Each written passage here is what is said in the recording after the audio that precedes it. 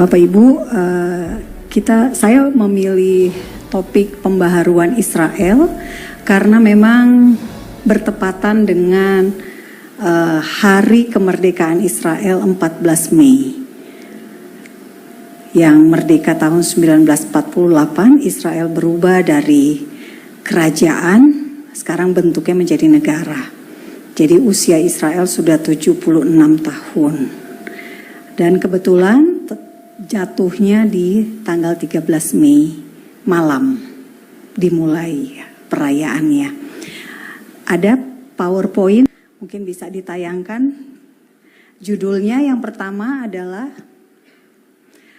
kita adalah saksi mata dari pembaharuan Israel. Bapak Ibu adalah saksi mata dari penggenapan janji Tuhan. Sebelumnya mari kita satu dalam doa. Bapa di surga, kami bersyukur Tuhan, kami bisa beribadah di tempat ini. Kami bisa masuk ke hadirat-Mu dan kami mau belajar tentang isi hati Tuhan dari Alkitab. Karena itu urapi Tuhan tempat ini, urapi setiap kami, urapi hamba-Mu ini Tuhan. Biarlah hanya Roh Kudus yang berbicara. Karena kami ini Tuhan butuh Roh Kudus untuk menuntun kami, menyingkapkan segala sesuatu yang terdapat dalam firman-Mu. Dan biarlah ini boleh menjadi rema dalam hidup kami. Dan kami boleh menjadi terang dan garam di tengah kehidupan kami. Terima kasih di dalam nama Tuhan Yesus, Tuhan Juru Selamat dan Raja yang kami nanti-nantikan kedatangannya. Kami berdoa. Amin. Ya, Bapak Ibu semua, kita adalah saksi mata. Dan untuk pertama kalinya gereja dan Israel berada dalam satu masa yang sama. Sebelumnya Israel ada, gereja belum ada. Pernah juga terjadi ketika gereja sudah lahir setelah abad pertama Masehi, gereja ada, tetapi Israel dalam keadaan dijajah Romawi. Tidak punya kedaulatan sendiri. Nah, untuk pertama kalinya setelah tahun 1948 Israel berdiri dan gereja eksis. Jadi ini adalah periode istimewa. Masa yang istimewa buat kita.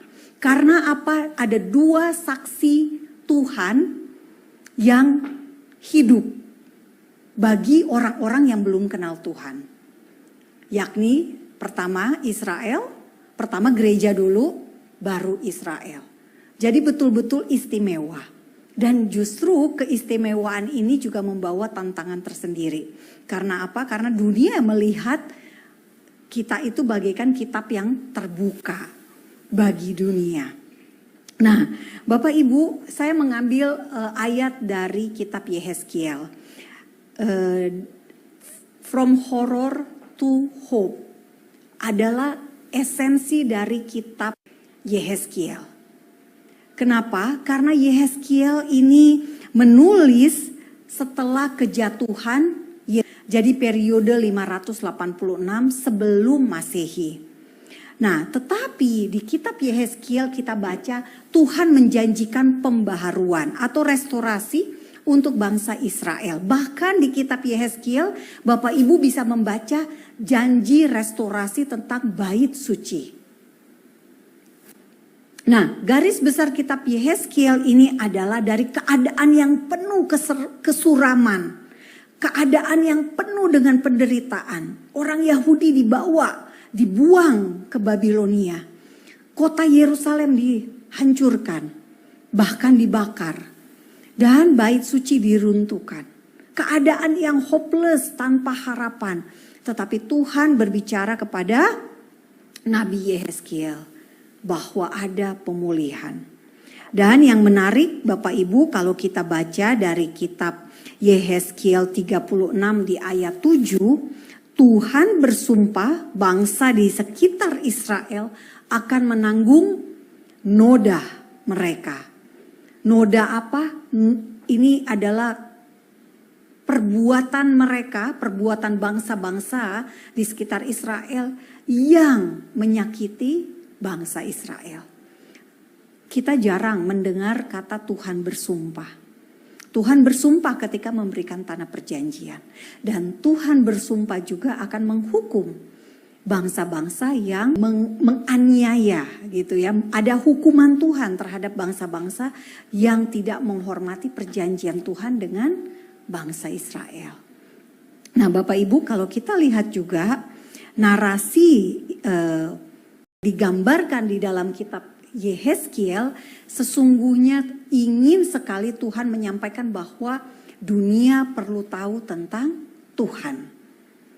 Jadi Tuhan mengajarkan apa yang terjadi pada bangsa Israel itu agar dunia tahu tentang dirinya.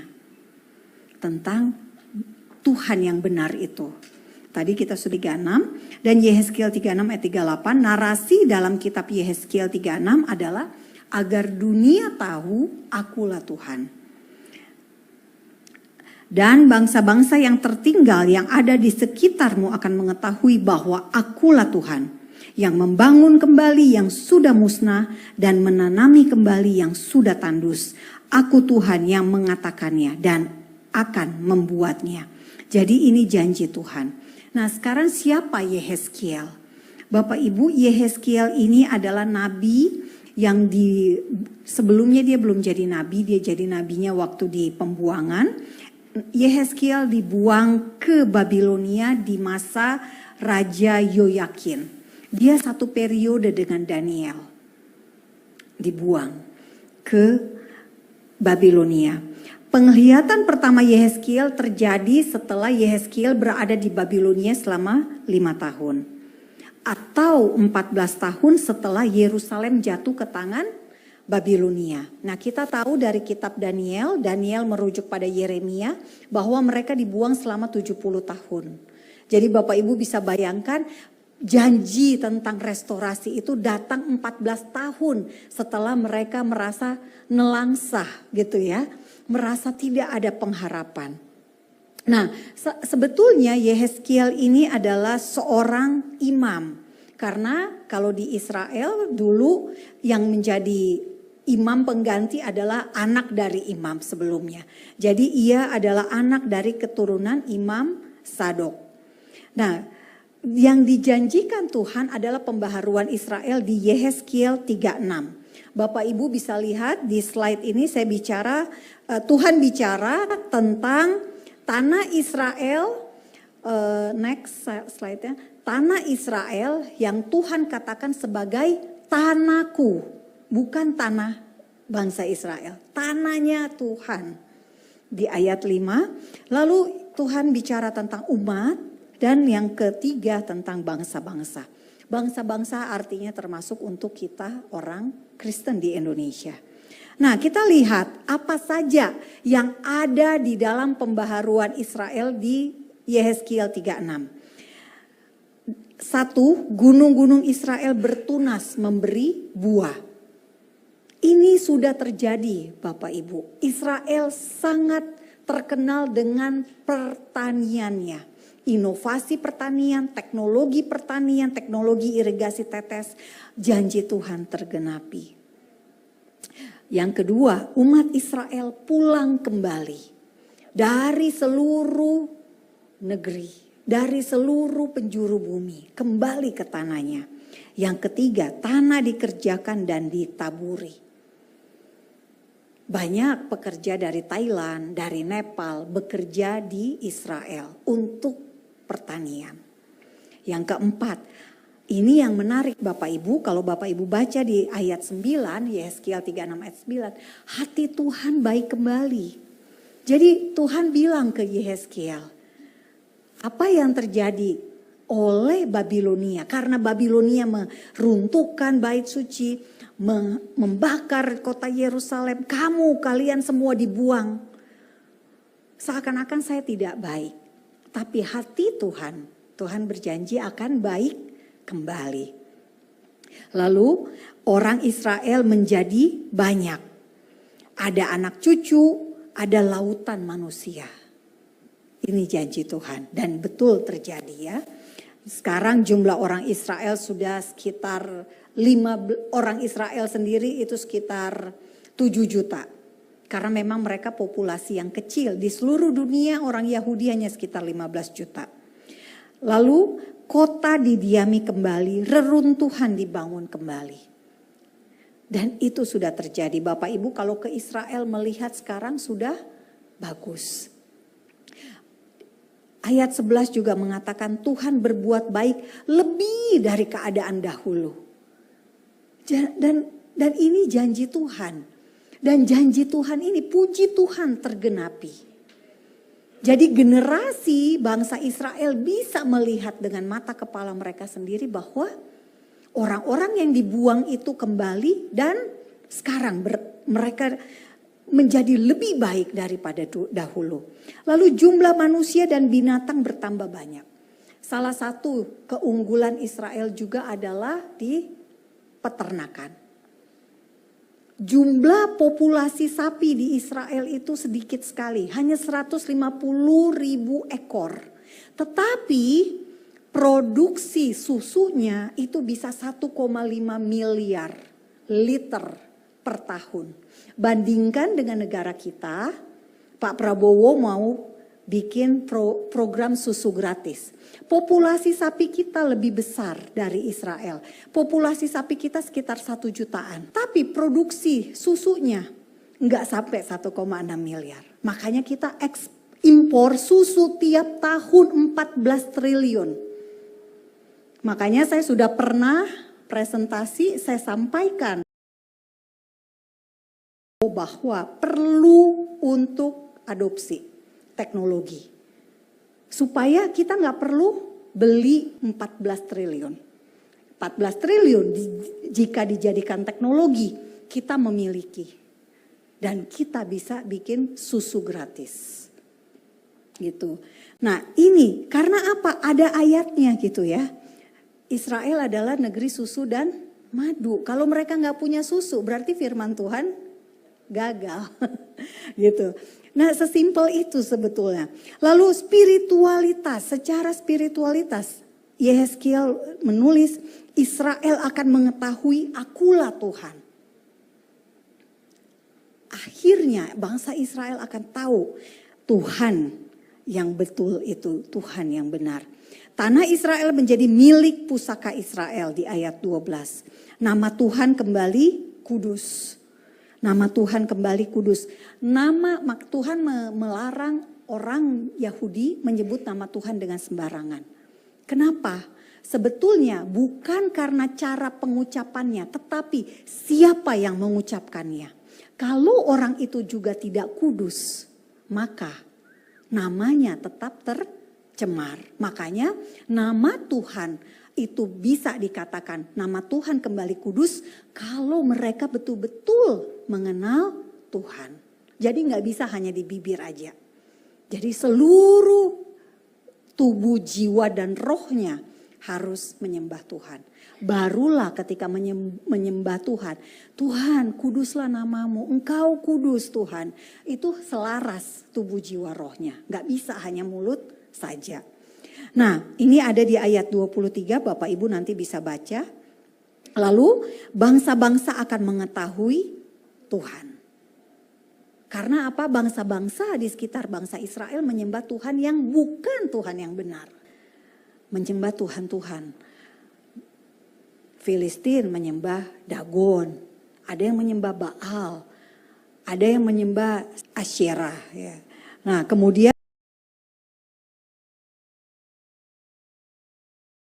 di slide berikutnya, Tuhan menjemput Israel pulang dari diaspora.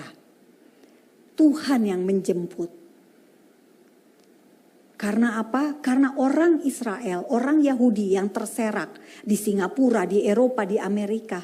Mereka lebih memilih pasti saya mendingan aman di Amerika. Amerika nggak diperangi, Australia nggak diperangi. Kalau saya pulang ke Israel, saya diperangi oleh Iran, oleh Hamas, oleh Hezbollah. Tapi apa? Tuhan yang akan menaruh di hati mereka untuk pulang. Yang ke-14, Tuhan mencurahkan air pentahiran. Ini di ayat 25. Nah Tuhan Yesuslah sumber air hidup. Kemudian dijanjikan, diberikan hati yang baru, roh yang baru, hati yang lembut, hati yang taat. Jadi Bapak Ibu, apa yang dijanjikan bukan hanya sekedar fisik, tapi juga spiritual, secara rohani. Orang Yahudi akan tidak lagi tegar tengkuk, tidak lagi keras hati. Karena apa? Akan diberikan hati yang baru, yang bisa melakukan ini bukan kita. Hanya Tuhan saja yang bisa mengubah hati seseorang. Mereka akan punya roh yang baru. Jadi orang Yahudi pun akan mengalami seperti yang tadi kita lihat. Akan kembali lagi ke Yerusalem. Itulah yang akan terjadi di akhir zaman ini. Roh Tuhan diam dalam batin orang Israel di ayat 27 dikatakan. Jadi Roh Kudus bukan hanya untuk orang Kristen Bapak Ibu. Ini kita mau merayakan Pentakosta. Roh Kudus pun untuk orang Yahudi, ini janji Tuhan. Tapi mereka memang belum menerimanya. Baru akan nanti di Yerusalem. Sakaria 12 ayat 10 berkata, demikian. Akan ada pencurahan besar-besaran di Yerusalem. Itu belum kita lihat sekarang. Israel tinggal di negeri nenek moyang. Israel kenajisan. Dosa-dosa mereka Tuhan gak ingat lagi. Dilepaskan. Gitu. Dan kita sudah tahu. Akhirnya setelah Yehezkiel. Kita tahu Tuhan Yesus mati di kayu salib. Artinya termasuk untuk bangsa Israel juga. Lalu tidak ada kelaparan. Pohon buah dan hasil ladang diperbanyak janji Tuhan. Tanah tandus jadi seperti Taman Eden. Jadi sebetulnya Tuhan pengen kasih tahu Bapak Ibu kalau mau tahu gambaran tentang Eden ke Israel aja deh. Nah kira-kira seperti itu. Tanah tandus menjadi mekar seperti Taman Eden. Dan ayat 38 mereka Israel akan mengetahui akulah Tuhan. Nah jadi Bapak Ibu kita pelajari bahwa Tuhan dari pembaharuan Israel ini Tuhan melakukan 3 hal. 1, pemulihan atau restorasi. 2, rekonsiliasi antara Tuhan dengan umatnya. Karena tadi diberikan hati yang baru, roh yang baru, hati yang taat. Jadi terjadi rekonsiliasi secara rohani. Yang ketiga afirmasi. Afirmasi ini buat kita. Orang-orang yang hidup di masa kemudian. Nah kita lihat. Afirmasi itu artinya kita beruntung Bapak Ibu, kita bersyukur. Karena kita melihat janji Tuhan digenapi di masa hidup kita ini. Seandainya Israel tidak merdeka pada tahun 1948, maka pembaharuan Israel ini belum tergenapi. Gitu. Inilah yang Tuhan sudah buktikan. Meski dengan segala pergumulan, tantangan, dari Babilonia, Persia, nanti ada Yunani, ada Romawi, ada Islam, bahkan ada perang salib. Lalu ada Ottoman, ada British Mandate yang membagi 2 tanah dan ada PBB yang memutuskan tanahnya dibagi 2. Tetapi akhirnya Israel bisa merdeka. Palestina malah tidak merdeka. Nah kita lihat gambar-gambar pemulihannya di slide ini. Ini adalah gambar-gambar dari tanah Israel. Bagaimana tanah gurun menjadi berbunga, berbuah. Hasil itu yang gambar sebelah kanan di piring itu hasil produk tanah Israel ya. Lalu di bawahnya Bapak Ibu bisa lihat.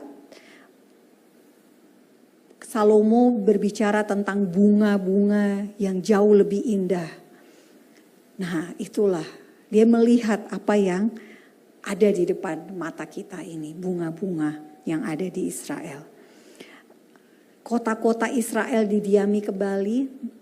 Di slide berikutnya ada kota-kota yang didiami kembali. Nah ini sekarang Bapak Ibu. Israel bukan lagi reruntuhan. Tetapi kota modern.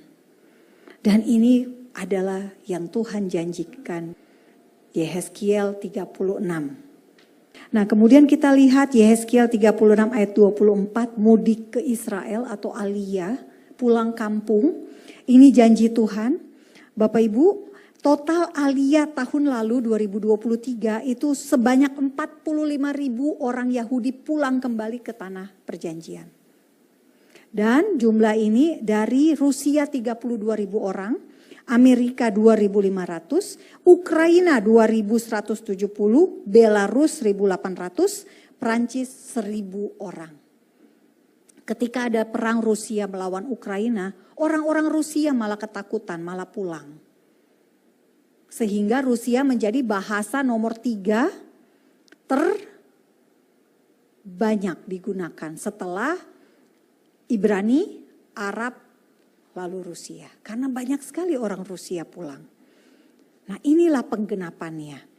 Yang terjadi sekarang di Amerika antisemitisme, anti-Yahudi itu akan menggerakkan orang Yahudi untuk pulang. Sehingga akhirnya ketika Tuhan Yesus datang menjemput Bapak Ibu semua, menjemput saya, itu mereka ketinggalan. Tapi mereka ada di Yerusalem karena janji Tuhan mereka akan melihat. Orang Yahudi akan melihat Dia yang telah mereka tikam. Mereka baru sadar, baru mengenal Yesus.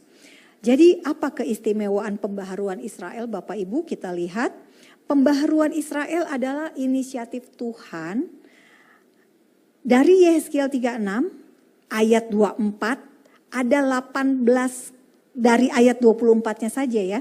Ada 18 kali Tuhan berkata aku akan. Jadi bukan inisiatif Israel sendiri yang minta Tuhan tolong dong restorasi kami, enggak.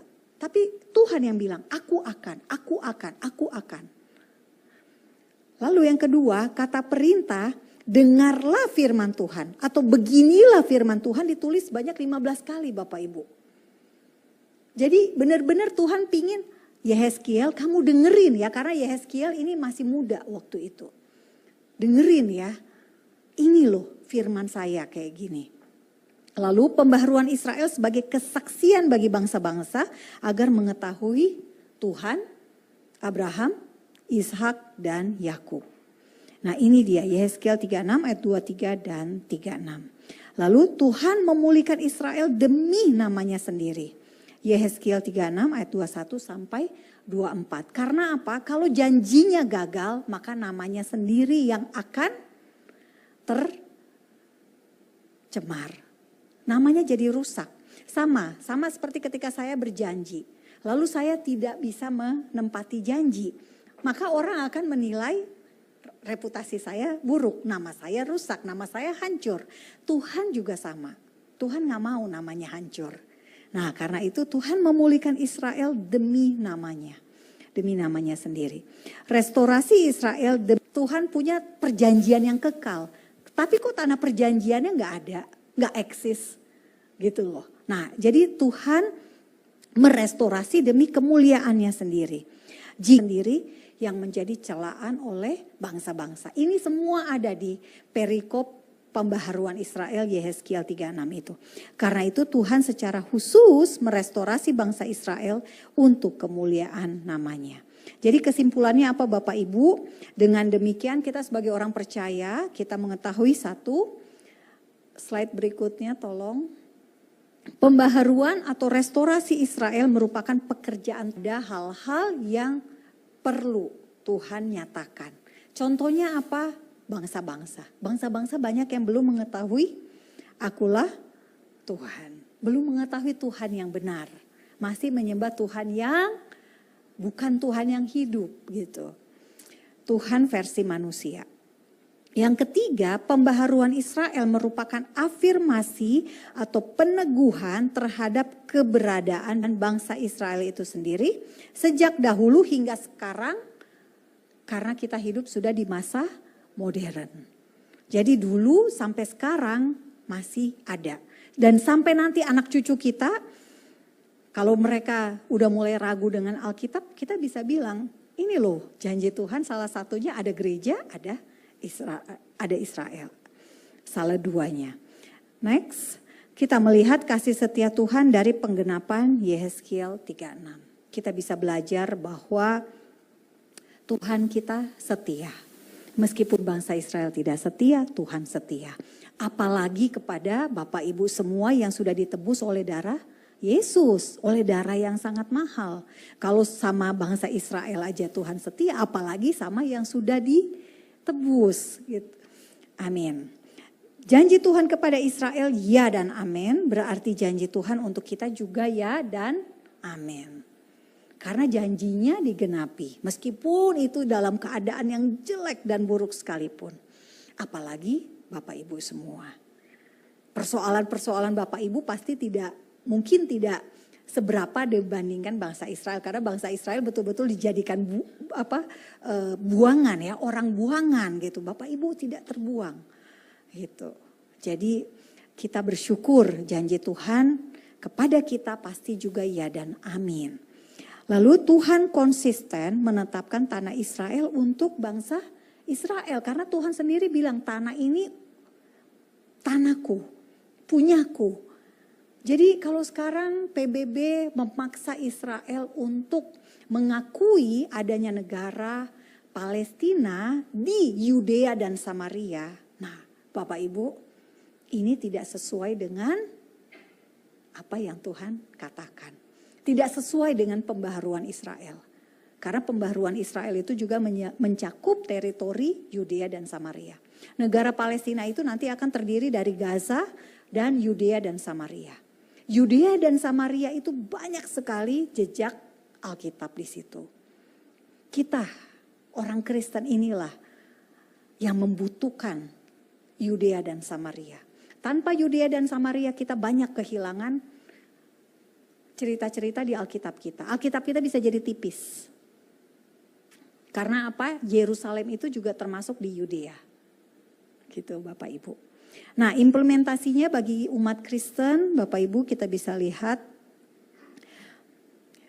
Kita ini sekarang seperti berhadapan dengan dunia.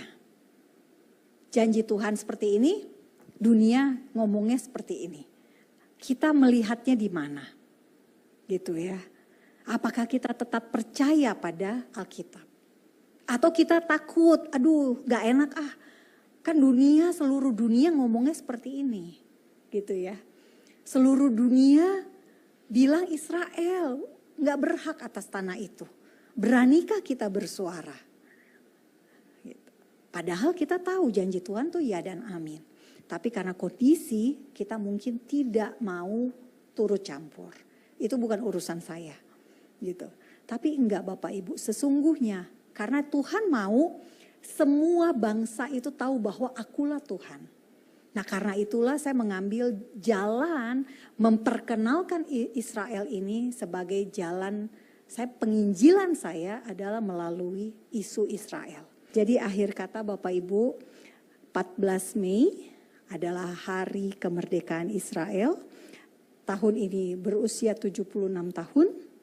Dan kita ingat kembali bahwa akulah Tuhan yang sudah membangun kembali apa yang sudah musnah. Israel itu bisa dibilang musnah. Orangnya dibuang. Bahkan tahun 70 Masehi Romawi kembali menjadikan orang Israel budak. Bahkan sekali lagi bait sucinya dibakar. Kotanya dibakar, bait sucinya diruntuhkan, kotanya dibakar. Barang-barang perkakas bait suci dibawa ke Roma. Tapi ternyata aneh tapi nyata Israel bisa ada kembali. Karena itulah janji Tuhan, ya dan amin. Terima kasih Bapak Ibu semua, Tuhan Yesus memberkati. Semoga ini bisa menjadi inspirasi buat Bapak Ibu bahwa kita ini sangat berharga di mata Tuhan. Karena apa? Kita sudah ada darah Yesus di dalam kita. Terima kasih, amin.